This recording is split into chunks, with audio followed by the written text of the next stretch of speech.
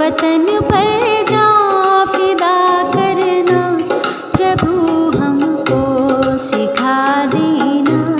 दया कर दान भक्ति का हमें परमात्मा देना। दया करना हमारी आत्मा भी शुद्धता देना। नमस्कार। प्रभु स्मरण के बाद आइए चलते हैं आज के सुविचार पर। असफलता का डर ही सफलता में सबसे बड़ा रोना है। The greatest barrier to success is the fear of failure. अर्थात सफलता के मार्ग में आने वाली असफलताएं बहुत होती हैं और जब हम इन असफलताओं से डर जाते हैं तो सफलता दूर, बहुत दूर हमसे चली जाती है। अतः सफलता के लिए प्रयास करते हुए असफलता से ना डरें। आपने हेनरी फोर्ड जी को तो जानते ही होंगे, कितनी ही असफलताओं के बाद उन्होंने सफलता पाई। थॉमस एल्वा एडिसन जी अगर अपने 999 असफल प्रयासों पर रुक जाते तो क्या आज बल्ब का आविष्कार हो पाता? इसलिए जीवन जीने की कला का यह सबसे महत्वपूर्ण हिस्सा है कि हम सफलता के लिए प्रयास करते हुए असफलता से ना डरें, क्योंकि तैरना सीखना है तो पानी में उतरना ही होगा। किनारे बैठकर कोई गोताखोर नहीं बनता। धन्यवाद। सवेरे का नमस्कार। आज का शब्द है सेंटिमेंट। इसकी स्पेलिंग है SENTIMENT।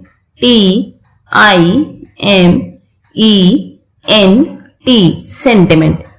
सेंटिमेंट का हिंदी अर्थ है भावना। आइए इसे कुछ वाक्यों के माध्यम से समझने का प्रयास करते हैं। There is no place for sentiment in business. व्यापार में भावना के लिए कोई जगह नहीं है। Public sentiment is against any change to the law. सार्वजनिक भावना कानून में किसी भी बदलाव के खिलाफ है। धन्यवाद। सुप्रभात बच्चों, प्रस्तुत है आज की पजल यानी कि पहेली। बहुत आसान पहेली है, आप ध्यान से सुनिए और जल्दी से उत्तर दीजिए। साल के किस महीने में 28 दिन होते हैं? सोचिए इसका उत्तर क्या हो सकता है। सही जवाब, साल के सभी महीनों में 28 दिन होते हैं। धन्यवाद। नमस्कार, मैं ममता अग्रवाल आज के इतिहास के साथ आपके सामने उपस्थित हूँ। सन 1855 में आज ही के दिन पहली बार लंबी दूरी का टेलीग्राफ संदेश कलकत्ता से आगरा भेजा गया। 1882 में आज ही के दिन जर्मन फिजिशियन और माइक्रोबायोलॉजिस्ट डॉक्टर रॉबर्ट कॉक ने टीबी के जीवाणु की खोज की थी, जिसके कारण टीबी होता है। आज वर्ल्ड ट्यूबरक्लोसिस डे है। धन्यवाद। नमस्कार बच्चों, अब समय हो गया है आज की विशेष का। आज का विशेष आधारित है विश्व क्षय दिवस पर। प्रत्येक वर्ष 24 मार्च को विश्व क्षय रोग दिवस मनाया जाता है, जिसे टीबी नाम से भी जाना जाता है। टीबी जैसी गंभीर बीमारी के प्रति लोगों को जागरूक करने के मकसद से यह दिवस मनाया जाता है। टीबी का पूरा नाम है ट्यूबरकुल बैसिलाई, जो कि माइकोबैक्टीरियम ट्यूबरक्लोसिस नामक बैक्टीरिया के कारण पनपता है। इसको तपेदिक रोग नाम से भी जाना जाता है। यह एक संक्रामक रोग है। आज के लिए बस इतना ही। आशा है आपको यह जानकारी अच्छी लगी होगी। धन्यवाद बच्चों। Good morning students. आज की क्विज में सबसे पहला क्वेश्चन है, लोकसभा का चुनाव लड़ने के लिए न्यूनतम उम्र कितनी होनी चाहिए? इसका उत्तर है 25 वर्ष। लोकसभा चुनाव का इलेक्शन लड़ने के लिए उम्र 25 वर्ष की होनी चाहिए। अगला क्वेश्चन है, अंतर्राष्ट्रीय महिला दिवस कब मनाया जाता है? इस प्रश्न का उत्तर है 8 मार्च। अंतर्राष्ट्रीय महिला दिवस 8 मार्च को मनाया जाता है। अगला क्वेश्चन है, चना किस फसल के अंतर्गत आता है? इस क्वेश्चन का आंसर है दलहन। चना दलहन फसल के अंतर्गत आता है। अगला क्वेश्चन है, पेंटागन क्या है? इस क्वेश्चन का आंसर है पेंटागन अमेरिका के रक्षा विभाग का कार्यालय है। तो आज के लिए बस इतना ही। ओके बच्चों, थैंक यू। नमस्कार प्यारे बच्चों, चलिए गाते हैं, गुनगुनाते हैं और सीख लेते हैं कुछ गुण सच्ची मित्रता के। बाल गीत सच्चे मित्र से, तो चलिए गुनगुनाते हैं। अरे झगड़ू बंदर ने रगड़ू भालू से हाथ मिलाया, बोला तुमसे मिलकर तो प्रिय बहुत मजा है आया। रगड़ू बोला हाथ मिले तो मन भी तो मिल जाते, अच्छे मित्र वही होते जो काम समय पर आते, कठिन समय पर काम नहीं जो कभी मित्र के आते। मित्र कहाँ अवसरवादी, वह स्वार्थी कहलाते। अरे झगड़ू बंदर ने रगड़ू भालू से हाथ मिलाया। बच्चों, तो आप भी अवसरवादी दोस्त ना बने, आप सच्चे मित्र कहलाएं। इसी आशा के साथ नमस्कार, आपका दिन शुभ हो। सवेरे का नमस्कार। आज की कहानी है मेहनत का महत्व। राहुल एक समझदार लड़का था, लेकिन वह पढ़ाई के मामले में हमेशा मेहनत करने से बचता था। एक बार जब उसका पसंदीदा कप टूट गया तो माँ ने उसे बाजार से खुद जाकर एक अच्छा कप लाने के लिए कहा। वह पास के बाजार में पहुंचा और इधर उधर कप खोजने लगा। तभी उसकी नजर सामने की दुकान में रखे एक लाल रंग के कप पे जा टिकी। कप वाकई में बहुत अच्छा था। राहुल ने वो कप खरीद लिया और घर चला गया। रात को भी वो कप अपने साथ ले बिस्तर पर लेट गया और देखते ही देखते उसे नींद आ गई। वह गहरी नींद में सो रहा था। तभी उसे एक आवाज सुनाई दी, राहुल राहुल। राहुल ने देखा वो कप उससे बातें कर रहा है। कप कहता है, मैं जानता हूँ मैं तुम्हें बहुत पसंद हूँ, पर क्या तुम जानते हो कि मैं पहले ऐसा नहीं था। एक समय था जब मैं मामूली लाल मिट्टी का हुआ करता था।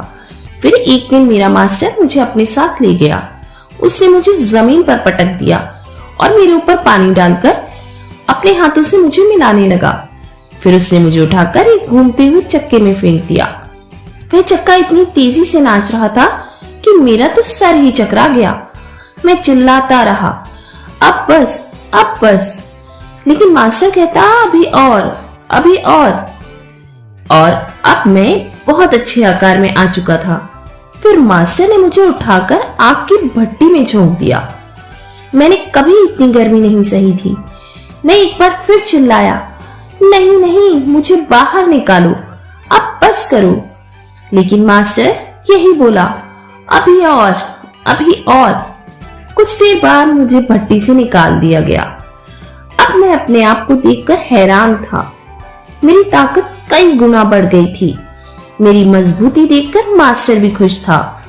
उन्होंने मुझे फौरन रंगने के लिए भेज दिया और मैं अपने इस शानदार रूप में आ गया। सचमुच मुझे खुद पर उस दिन बहुत गर्व हो रहा था, जितना पहले कभी नहीं हुआ। हाँ, ये भी सच है कि उससे पहले मैंने कभी इतनी मेहनत नहीं की थी, इतने कष्ट नहीं सहे। लेकिन आज जब मैं अपने आप को देखता हूँ तो मुझे लगता है कि मेरा संघर्ष, मेरी मेहनत बेकार नहीं गई। आज मैं सर ऊंचा उठाकर चल सकता हूँ। आज मैं कह सकता हूँ कि मैं दुनिया के सबसे अच्छे कपों में से एक हूँ। जैसे ही कप ने अपनी बात पूरी की, राहुल की आंखें खुल गईं। आज सपने में ही सही, राहुल मेहनत का महत्व समझ गया था। उसने मन ही मन निश्चय किया कि अब वो कभी मेहनत से जी नहीं चुराएगा और अपने शिक्षकों और माता पिता के कहे अनुसार मन लगाकर पढ़ेगा और कड़ी मेहनत करेगा। इस कहानी से हमें कड़ी मेहनत करने की सीख मिलती है। कड़ी मेहनत का कोई भी विकल्प नहीं है, इसलिए हमें मेहनत करने से बिल्कुल नहीं बचना चाहिए। धन्यवाद। नमस्कार। आज मोटिवेटर सेल्फ का विषय है क्षमा की शक्ति।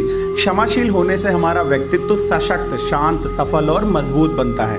हमारे रिश्तों में शांति और सद्भाव आता है। जब हम अपने मन में किसी के लिए घृणा को भर लेते हैं तो हम भावनात्मक और मानसिक रूप से तो परेशान होते ही हैं, शारीरिक रूप से भी कमज़ोर होते जाते हैं। हमारे काम और रिश्ते प्रभावित होते हैं। क्षमा इसके लिए एक प्रभावी औषधि है। जब हमारा अतीत हमें चोट पहुंचाना शुरू करता है तो गहरे घावों को भरने के लिए क्षमा से ज़्यादा प्रभावी और कुछ भी नहीं है। क्षमा करने के लिए हम जिस व्यक्ति को क्षमा करना चाहते हैं उसके बारे में सोचकर मैं आपको माफ करता हूँ जैसे शब्दों को मजबूत इरादों से दोहराएं। इसका अभ्यास हम अपनी कक्षा में छात्रों के साथ भी कर सकते हैं। सबसे पहले उन्हें ऐसे किसी व्यक्ति, घटना या स्थिति के बारे में सोचने के लिए कहें जो उन्हें परेशान करता है। जैसे जैसे उनके दिमाग में विचार आते हैं उन्हें इन शब्दों को दोहराने के लिए प्रोत्साहित करें। मैं सभी को क्षमा करता हूँ, हर कोई खुश और स्वस्थ रहे। बतौर शिक्षक हम पढ़ाने के साथ साथ अपने छात्रों से नैतिकता, क्षमाशीलता, प्रेम, दया, एकता, सहिष्णुता, अहिंसा, सौहार्द आदि विषयों पर भी बात करें। उनको सही गलत में अंतर करना सिखाएं और शक्ति होने पर भी क्षमा करने का गुर सिखाएं। उनको क्षमा की शक्ति का अनुभव कराएं। धन्यवाद। आपका दिन शुभ हो। सुन सुन मेरी नन्ही सुन, सुन सुन सुन मेरी मुन्नी सुन, ज्ञान की गंगा बहे, प्रदेश ये प्रेरक बने।